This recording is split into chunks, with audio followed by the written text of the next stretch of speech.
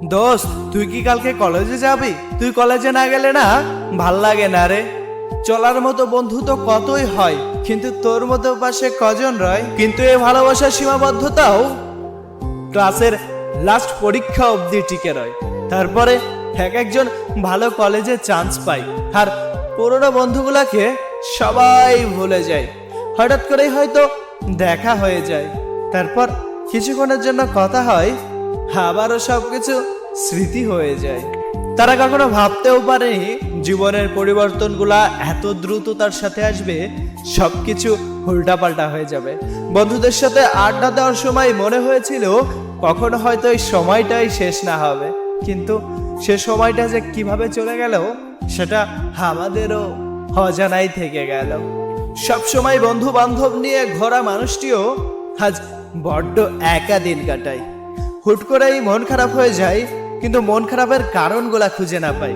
কিন্তু একটু ভেবে দেখো, মনটা এজন্যই খারাপ হয়, এত চঞ্চল্য মানুষটা কি শুধু একা একা ঘরে কি পড়ে রয়?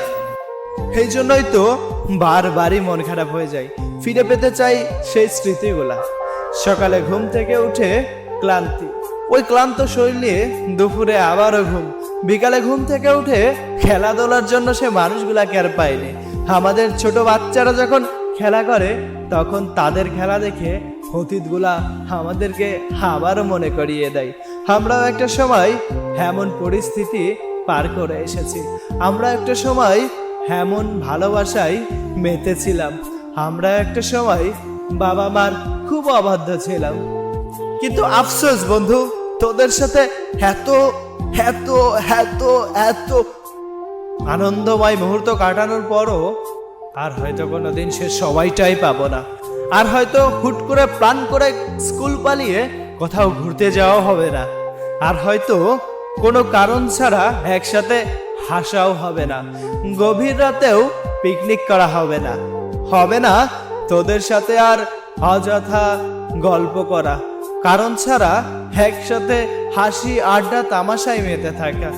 সবাই ব্যস্ত হয়ে যাবে বিভিন্ন শহরে, চলে যাবে জীবনের তাগিদে দূরে, বহু দূরে।